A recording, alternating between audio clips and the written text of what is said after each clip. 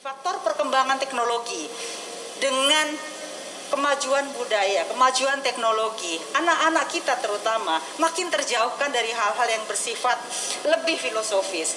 Disinilah peran museum sesungguhnya dapat diharapkan untuk membangkitkan kembali bagaimana anak-anak kita generasi muda kembali memahami akar budayanya. Undang-Undang Dasar sendiri juga sudah mengamanatkan bahwa pemerintah memiliki kewajiban memajukan kebudayaan secara utuh. Ada Undang-Undang Nomor 5 Tahun 17 juga tentang kemajuan budaya, di mana secara spesifik diberikan tempat kepada museum untuk mengembangkan dan menjalankan perannya di tengah masyarakat. Bapak dan Ibu peserta diskusi yang berbahagia, dalam situasi pandemi COVID-19, Kemendikbud terus meningkatkan kapasitas pengelolaan koleksi dengan memanfaatkan teknologi digital. Kerjasama dengan Google Arts and Culture telah kami lakukan untuk mengkomunikasikan koleksi Museum Nasional Indonesia kepada publik internasional, nasional dan internasional. Kemudian setiap museum di bawah Kemendikbud juga turut menyiapkan pameran virtual dari masing-masing museum.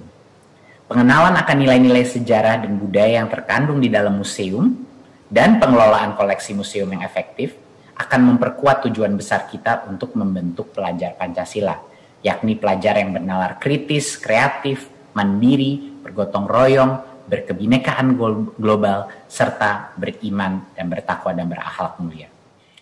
Nah, yang menurut saya saat ini harus dan menjadi tugas dan tanggung jawab saya di DPR bersama dengan Mbak Reri adalah bagaimana kita memperjuangkannya melalui jalur legislatif. Ya, ini salah satunya adalah mendorong dan mendesak pemerintah untuk memasukkan kunjungan museum itu sebagai bagian dari kurikulum pendidikan di masing-masing jenjang. Ya, bagaimana tidak hanya sekedar tergantung sama bank sampah, tergantung sama uang OSIS, tergantung sama saweran orang tua dan lain sebagainya, tapi itu menjadi bagian yang tidak terlepaskan. Yang kedua, bagaimana mendorong pemerintah untuk memasukkan koleksi museum itu dalam bentuk foto, video, audio, narasi sebagai bagian dari kurikulum pendidikan sejarah dan PPKN. Tantangannya bagi kita menyediakan konten. Kita harus bekerja keras. Arsip kita paling miskin untuk bisa memelihara arsip dari sejarah dari masa lalu. Itu merupakan tantangan bagi kita dan bagaimana juga untuk ditampilkan secara menarik. Yang kedua adalah kalau kita akan membangun museum nasional, tentu itu akan memperlihatkan proses perkembangan sejarah nasional. Banyak peristiwa-peristiwa sejarah yang belum mendapatkan kesepakatan bangsa dan masih bersifat politis. Ini juga tantangan. Bagaimana untuk menampilkan ini tetapi juga tidak akan menimbulkan ribut-ribut lagi gitu. Peristiwa bersejarah Sumpah Pemuda yang dipahami secara sederhana sebagai menyuarakan persatuan dalam satu tanah air, satu bangsa dan satu bahasa sebaiknya ditinjau kembali sebagai upaya semangat anti kolonialisme yang didasarkan pada rasa hormat akan kekayaan budaya kita, yaitu keberagaman. Semangat ini yang bisa dijalankan oleh museum-museum Indonesia di ambang abad ke-21. Pada akhirnya kita kembali ke gagasan permusiuman yang sebenarnya bertujuan untuk menyingkap persamaan dan kerjasama budaya-budaya ketimbang superioritas nasionalistik atau etnosentris yang seringkali malah membentuk eksklusivitas yang sempit. Betul bahwa museum lahir di dunia ini sebagai perangkat bagian dari perangkat kolonialisme dan imperialisme, tapi bangsa kita yang sudah susah payah memerdekakan diri sebaiknya tidak terperangkap dalam gaya kolonial baru dalam kemasan patriotisme. Museum-museum di luar negeri dan di Jerman, mereka pandainya dalam storytelling. Mereka pandainya dalam bisa bercerita tentang sejarah mereka dalam cara yang bisa attract orang-orang internasional, bukan hanya orang-orang di negara mereka.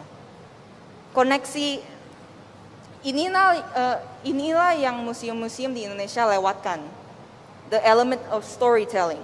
Koneksi emosional tentang cerita-cerita orang Indonesia zaman dulu yang sangat nyata. Emosi-emosi orang-orang zaman itu semua harus dibawa kembali untuk anak-anak muda agar mereka merasakannya.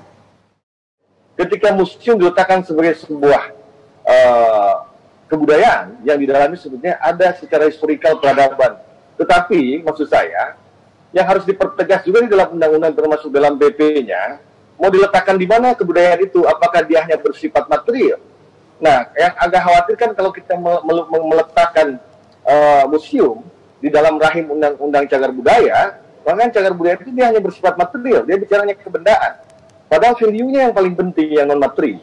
Dia sebagai sebuah nilai kebangsaan yang secara historikal ini adalah bagian dari cara pandang kebangsaan tentang semua hal yang tentunya inilah sebagai identitas bangsa. Kalau melihat hanya sebatas pada material, maka sesungguhnya wujud teks benda yang sekarang ada di dalam museum itu tidak ada makna. Bagaimana menumbuhkan rendah hati, humble, bahwa pergi ke museum itu bukan gagah-gagahan, tapi pengakuan bahwa yang kita ketahui itu sedikit. Karena itulah kita pergi ke museum. Karena di museum itulah bersemayam apa yang disebut kekayaan makna. Pertanyaannya adalah bagaimana menginterpretasi makna di satu pihak, tetapi di lain pihak menjelaskan makna itu. Bahkan bagi yang berumur 5 tahun ke bawah, alias usia dini. Jadi apapun peralatannya, apapun teknologinya, apapun materi yang disimpan di sebuah museum, akhirnya dia harus sampai kepada poin, mampukah ia melahirkan kemampuan kita untuk tergelitik berkontemplasi bahwa masa lalu selalu memiliki makna ke masa kini dan ke masa depan. Sekian dan terima kasih.